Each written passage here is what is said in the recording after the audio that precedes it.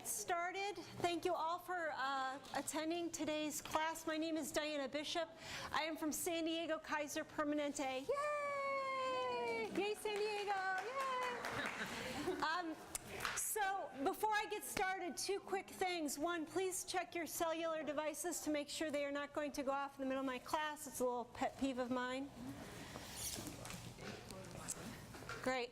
The next one is, as people are coming in, I've asked people to take one of the sheets that is blank on the back and write down everything you had to drink and eat yesterday. I will not be picking on you, so I would encourage you to please be honest with what you had. Remember that alcohol is a liquid as well. So we want to know all about that.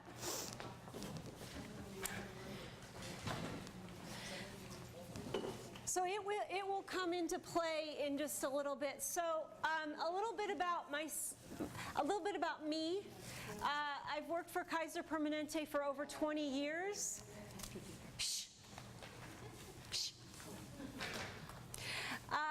My background is actually in all things mental health. I am a specialist in post-traumatic stress, chemical dependency, and weight management.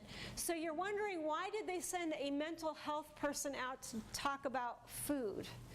So understand that this discussion isn't going to be a nitpicky nutrition dietitian type of thing. So I hope none of you came to ask me the chemical compound that's in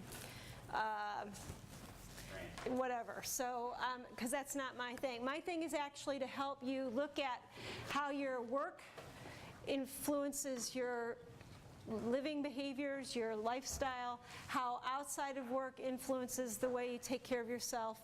And then I've been also asked by Diane to infuse, if you will, the Bible of dietary guidelines. So there is a, if you're really interested in this stuff, please feel free to hang out with me afterward. I will be talking a little bit about it, but these are the guidelines for 2015 through 2020.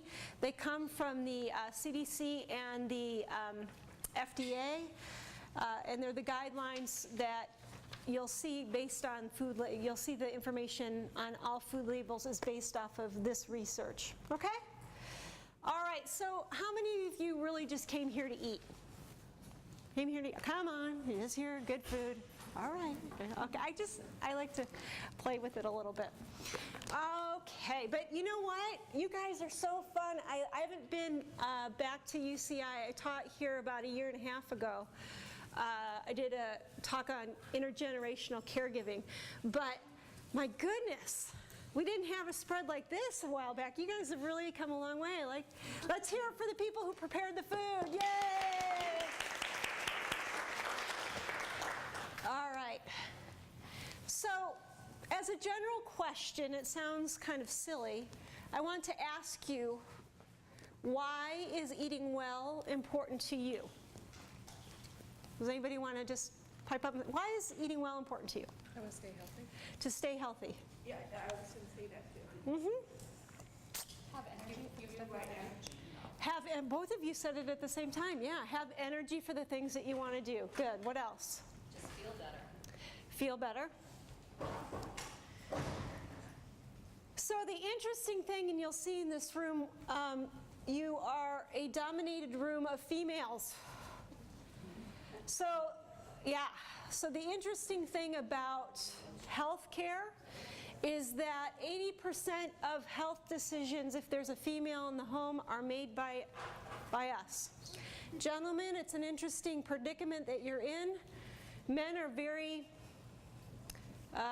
stubborn when it comes. I'm not saying all, because you guys are here, but in general, when it comes to healthcare, men are very hard-headed with stuff. So I don't know if this is how it is in your home, but in my home, I'm married to an old Navy hospital corpsman, and he thinks he knows everything, right? Because I know everything. So, but I have to actually pull him to go take his annual physical, all this other stuff that he's supposed to be doing. He says he knows better, but does he take action on any of it? Not really. So I just wanted to throw it out there. Eating well and its importance to you is extremely personal. So when we're talking about health education and health behavior change, which is why I'm employed, I go out to a whole host of different employer groups, and I talk about not just health, but really its relevance in particular to your life situation. So case in point, you may go into your primary care physician, and your primary care physician may start saying, well, you know, you've hit that over 40 piece. I'm a little bit concerned your blood pressure is starting to rise. You're having problems sleeping, blah, blah, blah. And you may have a very quick conversation with your health provider because that health provider only has X amount of time, right? And gives you a bunch of handouts, which, by the way, if you got here a little bit late, I have a whole host of great handouts up here that you can pick up after class. The issue isn't knowledge. All of you are extremely intelligent people.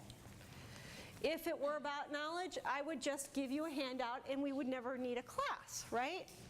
As if I have any of my faculty members in here, same thing. We just kind of give students the information, although they probably think that's all they need. There's more to the process, and especially when we're talking about healthcare, it's extremely personal.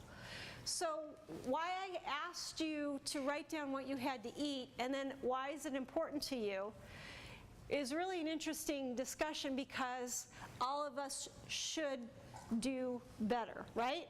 Oh, I know I need to do this, and I should be doing that, but I'm not, right? And there's an old adage in recovery, and it says, stop shooting all over yourself. Really, it's kind of a ridiculous statement. So get a little bit deeper into the discussion with yourself and your families about really the importance. Yes, I know it's important that I should be taking care of myself, but it's not really maybe getting you where you want to go. Yes, no, what do you guys think? Agree, disagree?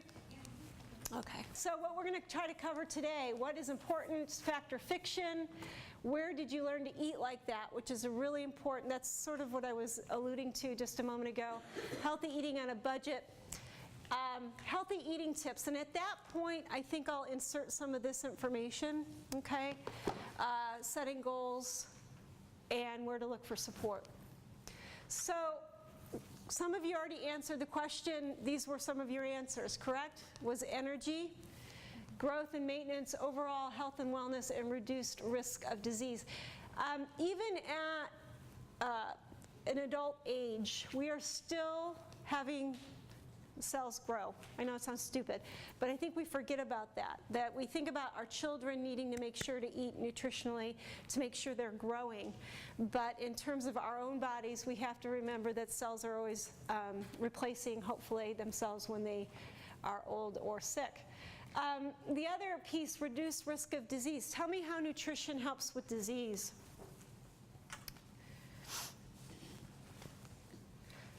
Yes? Some diseases like diabetes or cholesterol could be controlled or affected by it. Absolutely. So our most common discussion in these classes has to do a lot with prediabetes and diabetes type 2. So the issue has to do with the fact that you could be extremely healthy looking and be thin. However, your biometrics are out of control. Weight is not always the best indicator for disease. So it typically is, but not always. So our nutrition will have a direct impact on that. How else is nutrition an impact on disease? I have to just keep flicking back and forth because my computer keeps stalling. So, yes, thank you. So, absolutely, our white blood cells need to have a decent amount of nutrition coming in, minerals and such. Our white blood cells need that to fight off disease, exactly.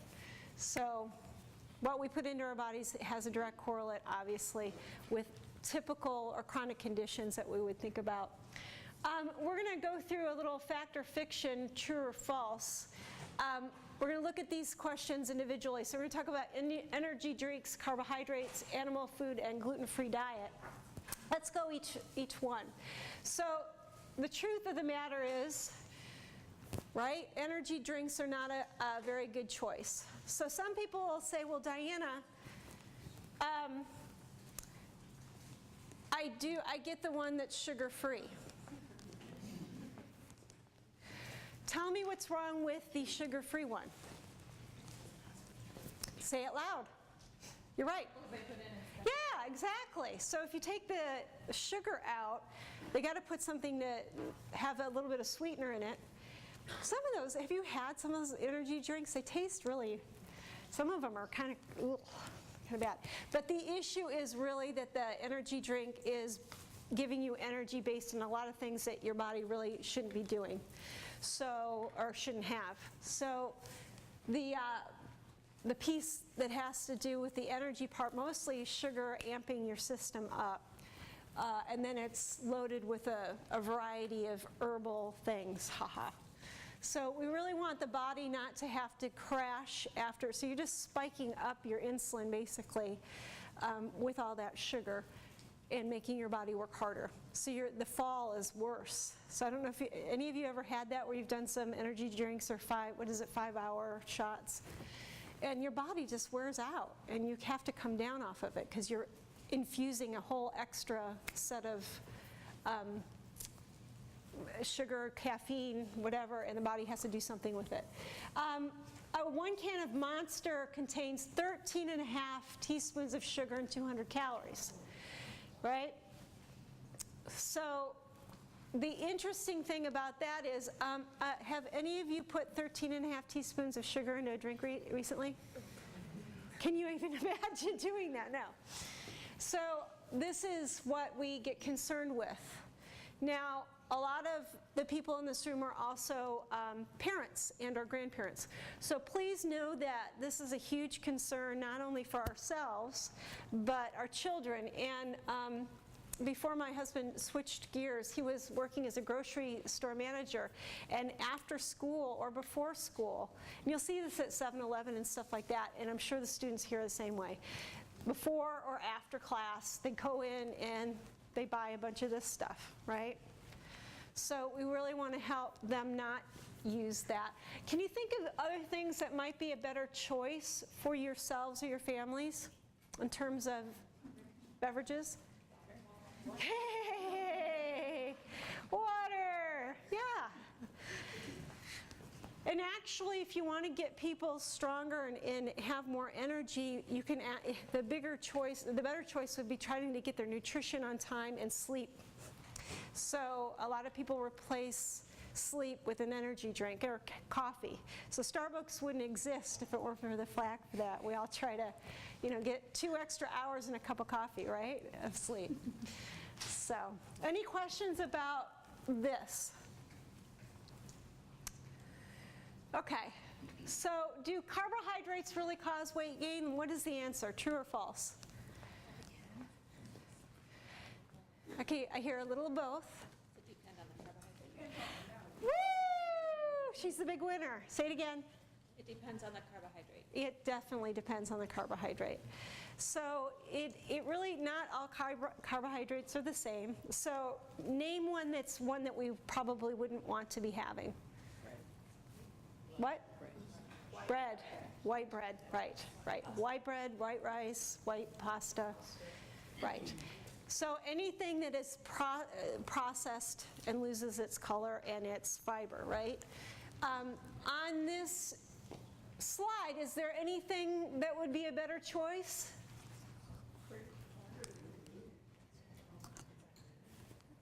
It's a little bit hard to tell, but the top, yeah, the whole grain cereal. So you've got that, and it's got some dried fruit on it. But all of these technically are carbohydrates. But so the answer really is it depends on what kind of carbohydrate you're having, right? Because calories are calories ultimately, but which ones are a better source? Yes, ma'am. Isn't that also depends on the amount that you're taking, even though it's healthy, but if you take a whole bunch, it's True.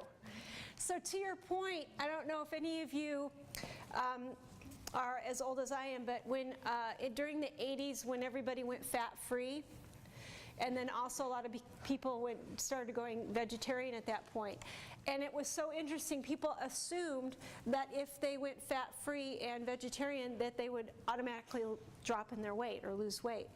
And actually they did the opposite, because what they ended up doing is their serving sizes were double to triple the amount. So they gain. I know a lot of vegetarians that gain weight. They don't think they would. So good point, thank you. So our animal foods are the best source of protein. So that's an interesting, are they? Again, they can be. What? It depends. There we go.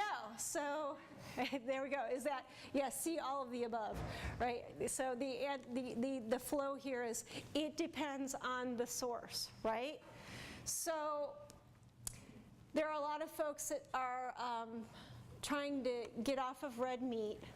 Not all red meat is the same either. So we're looking at trying to help people understand that quality is really king when it comes to animal products, because if you buy a pound of ribeye or something like that, it depends on what store you go to, all that, how is the animal fed, that kind of thing. So if you pay a little bit more and get grass-fed, that kind of thing, the belief is that that is a better quality and it won't hurt the body as much. But we still have to limit the red meat.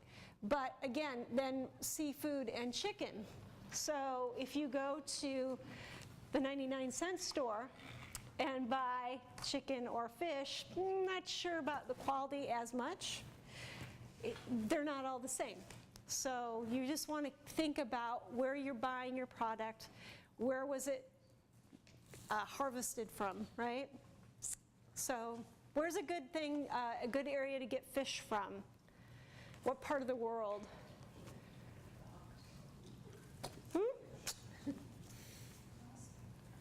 we're talking about mercury levels, what do you want to do with that? Say it again. The deep sea rather than the coast area. Beautiful, exactly. So you want the fish that are actually what we call more of a bottom feeder. It sounds kind of gross, but the deeper sea ones are known to not have as high a mercury level. Okay? And that's where you should be getting your fish oil. If you're taking fish oil supplements, you want to look on the label for the same thing. Any thoughts about this? Gluten-free is cool, right? Cool, gluten-free. Okay, so this was actually a little bit more of a hotter topic the last couple of years. What do you really know about gluten? Can turn into sugar. Yeah, kinda. Some people allergic to gluten. Right, but interestingly, gluten, like it became I don't know if any of you guys did this, but a lot of people decided, irregardless of a medical diagnosis, to go on a gluten-free diet because it seems like I'll lose weight. It's usually about losing weight. Gluten is a component of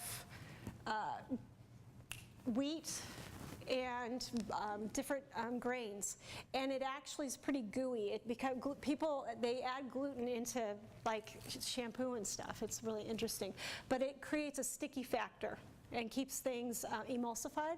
So the problem is most people are fine with gluten, but there are folks that have what disease? What's the disease? Exactly, celiac disease. And they're highly allergic to it. I have a coworker of mine who has celiac disease, and she's been hospitalized many times because of it.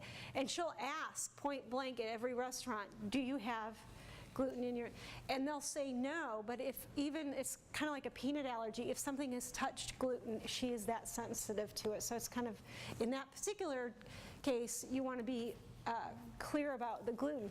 But in general, I wouldn't say that it's necessary. You'll notice, I don't know if this is true, if you notice that gluten-free products are actually, they cost more. But it's interesting, there are certain things that have always been gluten-free and now they have a new label on them. And yeah, mushrooms, gluten-free, gluten-free. How did they mushrooms. ever put gluten in a mushroom? Yeah. Yeah, rice checks became this huge thing. Look at it, it's gluten-free. Well, it's always been gluten-free, milk-free, yeah. So just understand that having a gluten-free diet doesn't necessarily change anything about you or make it easier for you to drop weight.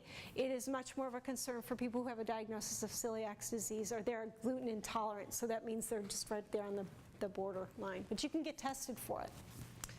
Any thoughts about that? Okay, so this is the discussion for me that's really interesting. So how did I learn to eat the way I do? So everyone in my family is heavy, so it must be genetic is a discussion that comes up typically when I'm teaching nutrition classes. Now, the real thought to understand is genetics play only about 10%, as far as I know, in terms of obesity rate. Okay, there are some things about fat cells, where they are in your, so in a family, especially the women, we'll all carry our, you know, if we put my mother next to me, my sister, we all are built the same way. Yes, so where you hold your fat is much more of a genetic discussion. But when we talk about habits, that's a little bit more clear. So in families, there are historically pieces of how families celebrate. Now, every family I've ever met celebrates with food.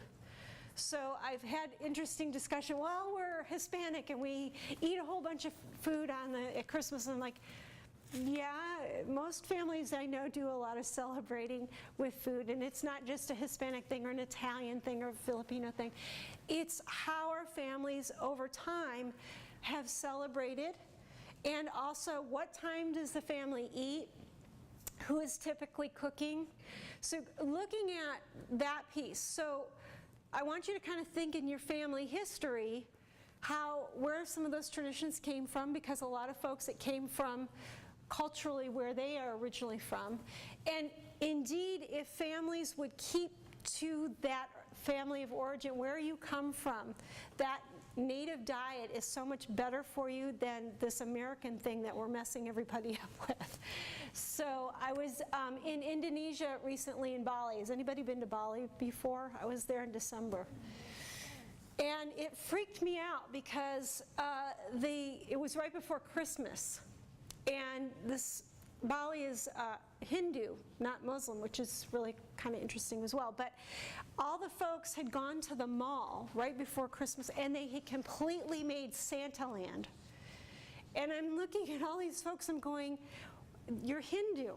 Why are all these, I mean, it's 90-some-odd% Hindu culture, but they have been infused because the Australians have made Bali their Cabo.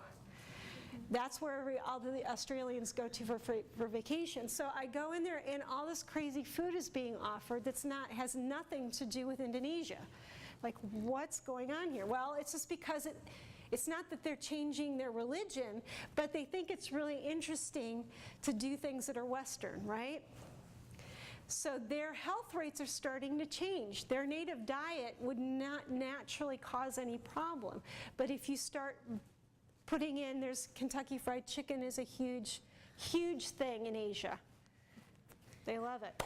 So I just want you to think a little bit. The other thing is, I'm not sure if this will resonate with you, but my parents, I'm 51, my parents were children of the Depression, and both of my parents had gone hungry as children. Their families were very, very poor. So my mother was raised in an Irish family, and both my parents were educators in the university level when they were adults. But my mother would never leave a restaurant without what kinds of things? The bread that was on the table, my mother would put the bread. We certainly weren't financially unstable anymore. But that woman, she could not, in the candy that's next to the register, dump that in there. She also, whenever we moved from a new home, she always bought 2 sacks of potatoes. There was always a fresh set. I mean, not that we were eating the potatoes, but they were there just in case we were going to, never know when you're going to go hungry. So my mother's mentality when we would go to the grocery store was never to spend the top dollar on top quality. My mother went for the cheapest cut of everything, always. Even though, again, it wasn't necessary. So my eating behavior has a lot to do with Spam and, things that are really inexpensive because that's how she was, she was raised. Like, it would never occur to her to spend a lot of money on food. It would be like sacrilege. Does anybody really resonate with that?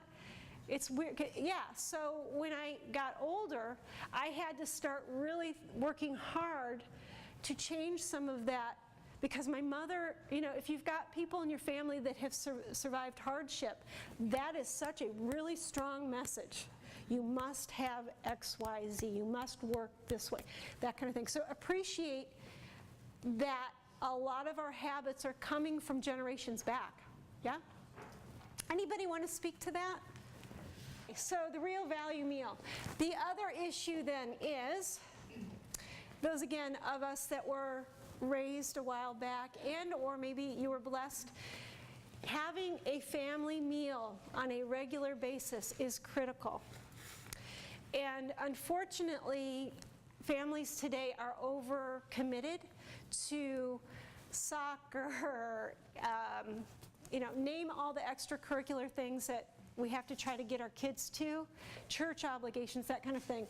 This interaction where you've got intergenerational cooking going on is dying. And the bad thing about that is our children don't have those skills on how to do that. And did you hear this interesting discussion that millennials think that cereal's too hard to do? Did you hear somebody, that was just recently. The reason why the cereal industry is declining is millennials find it too much of a hassle to pour a bottle. Oh my gosh. True, this is true, this came out, it was on the news, last week? Somebody else had heard that, right? It's becoming a lost art. Now somebody tell me the beautiful thing, what happens in kitchens when you've got some cool things going on? What's the important thing about having a family kitchen? Yeah. Exactly. Right. The issue, so you get, the one thing is then you learn the skill. Now, remember I told you my mom was a child of depression. She also, in addition to the fact, was someone who hated to cook. So she was in the kitchen, but she would never let us come in the kitchen because she just wanted to get it done. You're in my way. So I have no clue how to cook. I didn't know how to cook. And so I've had to learn. I don't enjoy it as I should because my mother didn't enjoy it, so I still think of it as like a huge hassle. Is anybody there with me? Find cooking as a huge hassle. Let's just get it over with. Right. But the fascinating thing in great parties aren't the best parts of a party, everybody's congregated in the kitchen. Some of the best conversations happen in the kitchen. So I want you to sort of appreciate the fact that children who don't sit for a meal and hear the story of what's going on with their parents, what's going on with them, having that 5-second conversation when they're out the door to school is not enough. And they're so amped up because we've got them at such a breakneck pace that they're stressed out of their minds.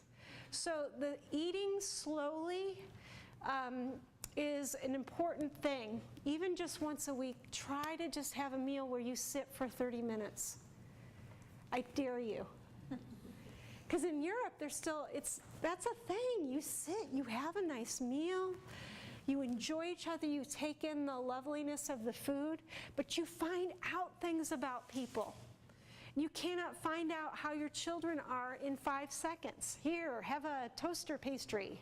Here, catch. Okay, so we want to help people engage in higher quality of life. Kaiser Foundation found out that if families sit and have dinner at least 3 times a week. It reduces the risk of teen pregnancy and chemical dependency in children. Just having a meal. All right, here's McDonald's, food for 4. Now, have you noticed that Mickey D's is now trying to get healthy? San Diego is actually a test kitchen, but they're trying to create these fancy artesian meals at McDonald's now because they're having to do something. We're actually better consumers now, but there's still a group of folks that, you know, anybody who's making minimum wage or a little bit more, this is a big discussion. Your budget really will dictate what you think about in terms of food. But this is interesting. The $24 for this meal, this is $10.50. It is a vegetarian meal. Now, the issue is, this looks much more interesting to most people. This doesn't look very fun. Why does it not look very fun? I have to put it, there's my sister right there. I have to actually figure out how to cook this, right? Put it together. The other is that it doesn't have the big 3, fat, sugar, salt. Okay, fast food sells because it's got the big 3 in it. There's very little, that's actually pepper shaker right there. Pepper, garlic, olive oil, and so on. So do you see why it's more compelling? Why fast food still has a handle on us isn't just, you know, even though this is actually less expensive, this is much more interesting, especially to little children who want their Happy Meal, right? Although there are little cuties in a Happy Meal now. Did you know that? All right. So healthy eating on a budget. I'm going to move onto this a little bit because I'm not sure. We'll see how much we need to cover with this. But I want to move over just a second to this. Let's look at this now, okay?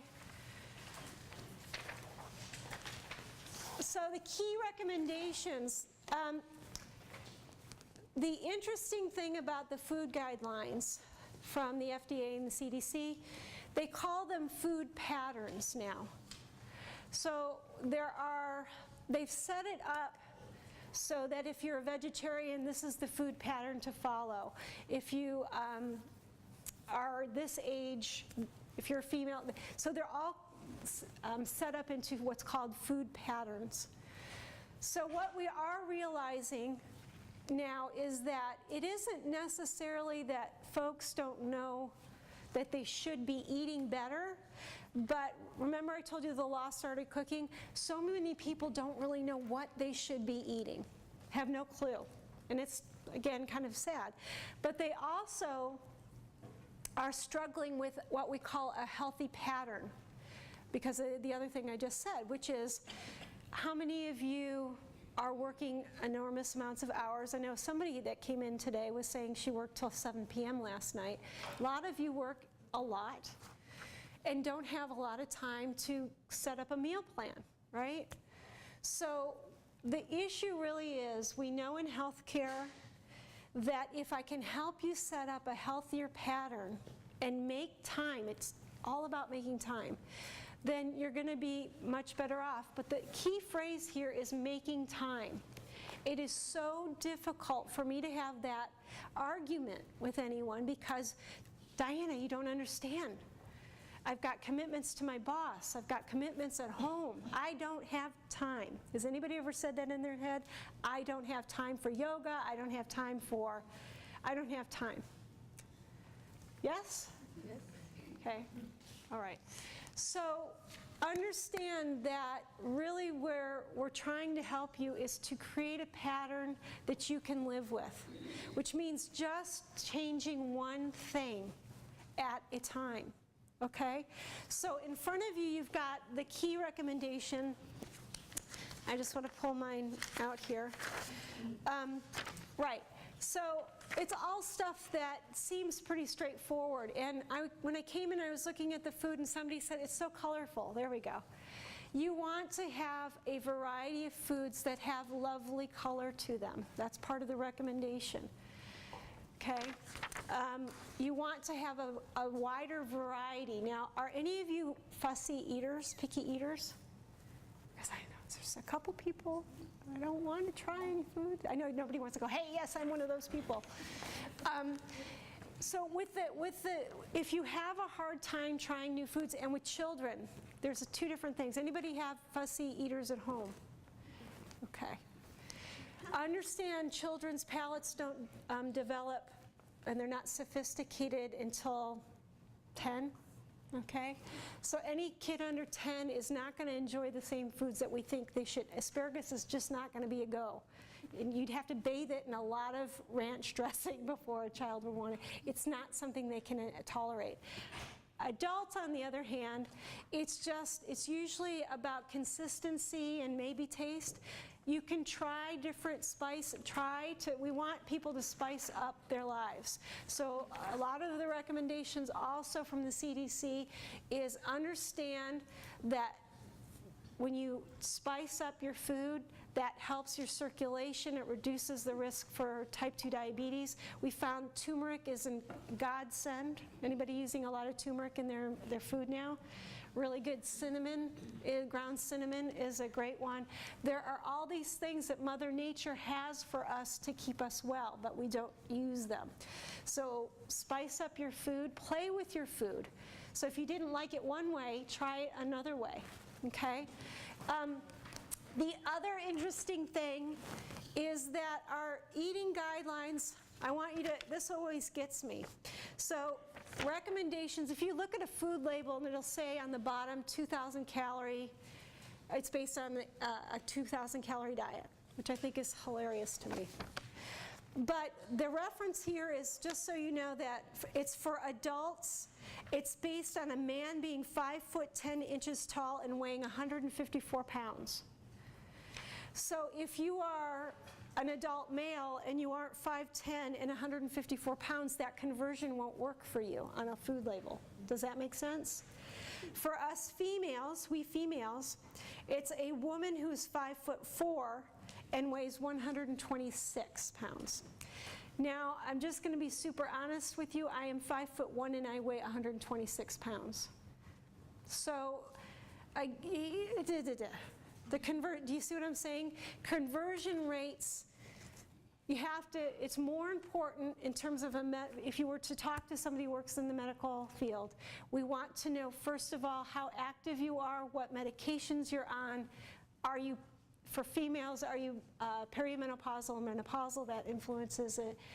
Did you just have a baby? That will influence that kind of thing. So there are too many other variables. This standard, if you were that 5'4" female at 126, at 24 that may work out. When I'm over 50, my calorie count is not going to stay the same based on that height-weight ratio. Does that make good sense? Yeah. Okay. So interesting stuff here. This is an appendices that I didn't make. I was telling Diane I didn't want to kill a bunch of trees. But the website for it is listed, I should hope, on your handout. Let's see. Yeah. Oh, I guess it got cut off. Actually, if you just go to the website Dietary Guidelines, you'll get all the information and you can pull off this wonderful, cool Bible. Okay? So those are the two things that are if I were to condense this 22-page document, really what it's saying is, A, we need to help Americans get into a healthy eating pattern, and B, we have to really understand how many calories we need to consume to be well. Any questions about that? Does somebody know more than I do? That would be cool. I know sometimes there's some people in here that know so much more than I do. Yes, ma'am. Have you heard of Soylent? No? What is it? Some college students, guys, came up with a food product that supplied all of their nutrition needs, that they didn't have to prepare. You know, they could make a batch and it would last them for a week. It's kind of, usually I think a powder that they mix with water. But the important piece of that is if you go to their website, you can find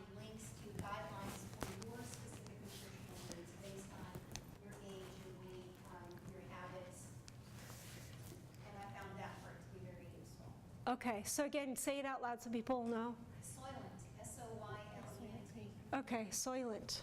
Interesting. So I wonder about using a powder, even though it may have, it's just curious.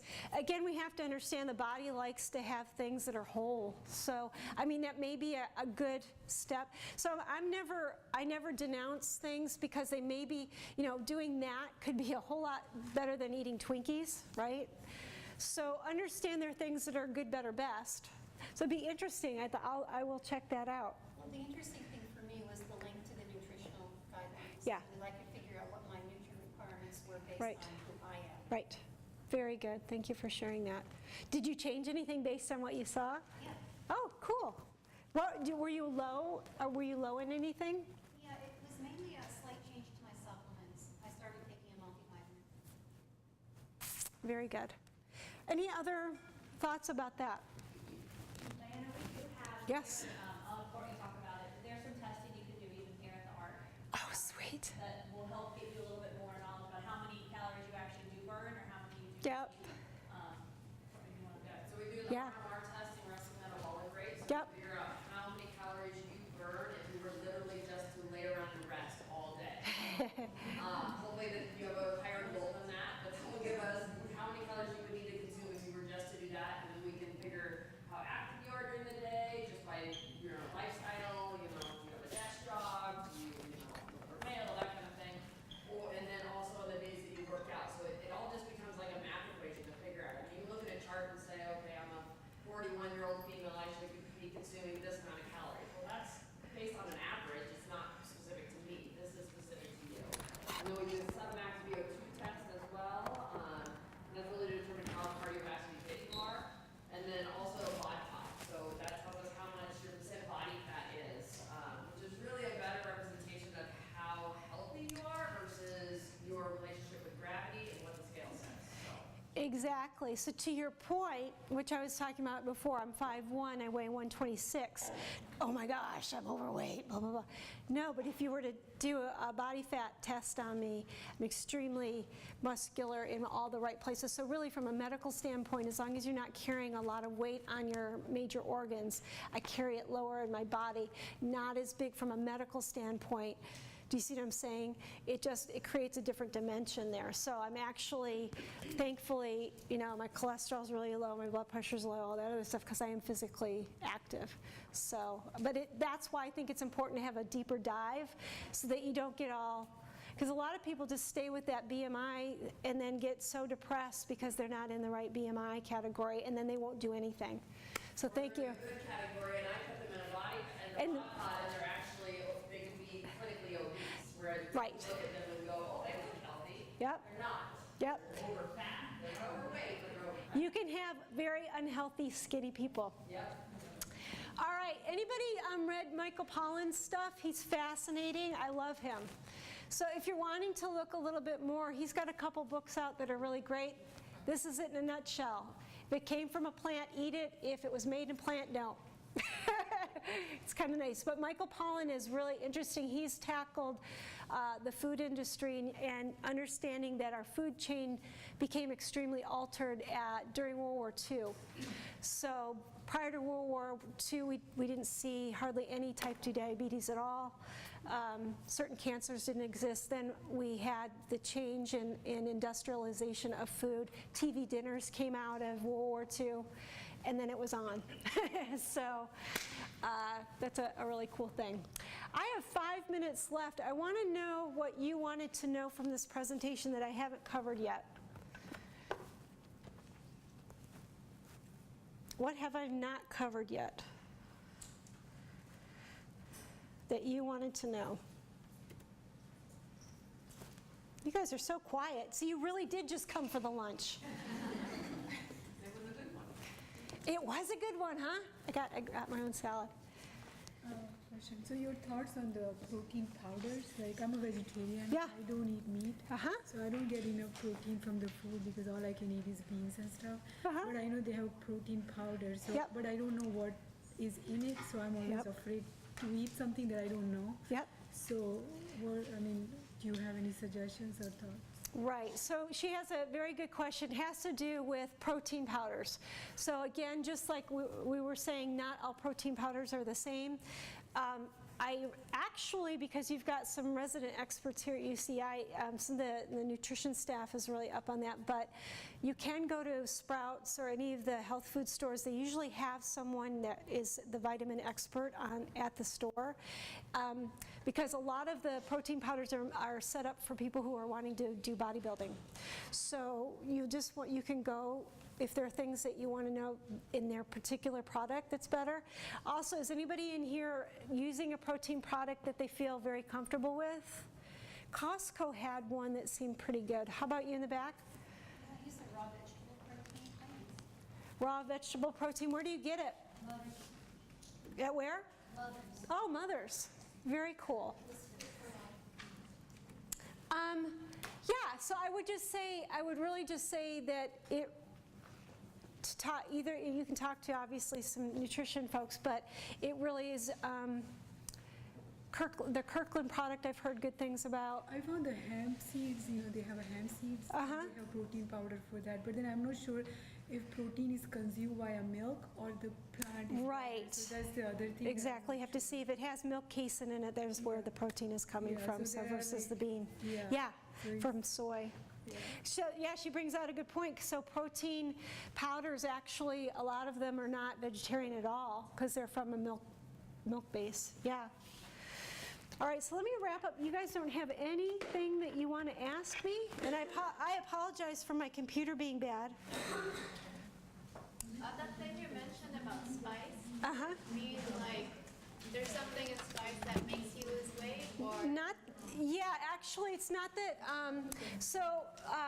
Cayenne pepper, red peppers, that kind of thing. She was asking about spices. It actually is not a matter of losing weight. What it does is it helps circulation and it helps the metabolism keep functioning properly. So it's not a weight loss thing. It's just maximizing the body's ability to efficiently use calories. Yeah. Yeah. Yay! Well, thank you all. Happy Friday. carry this over. We have our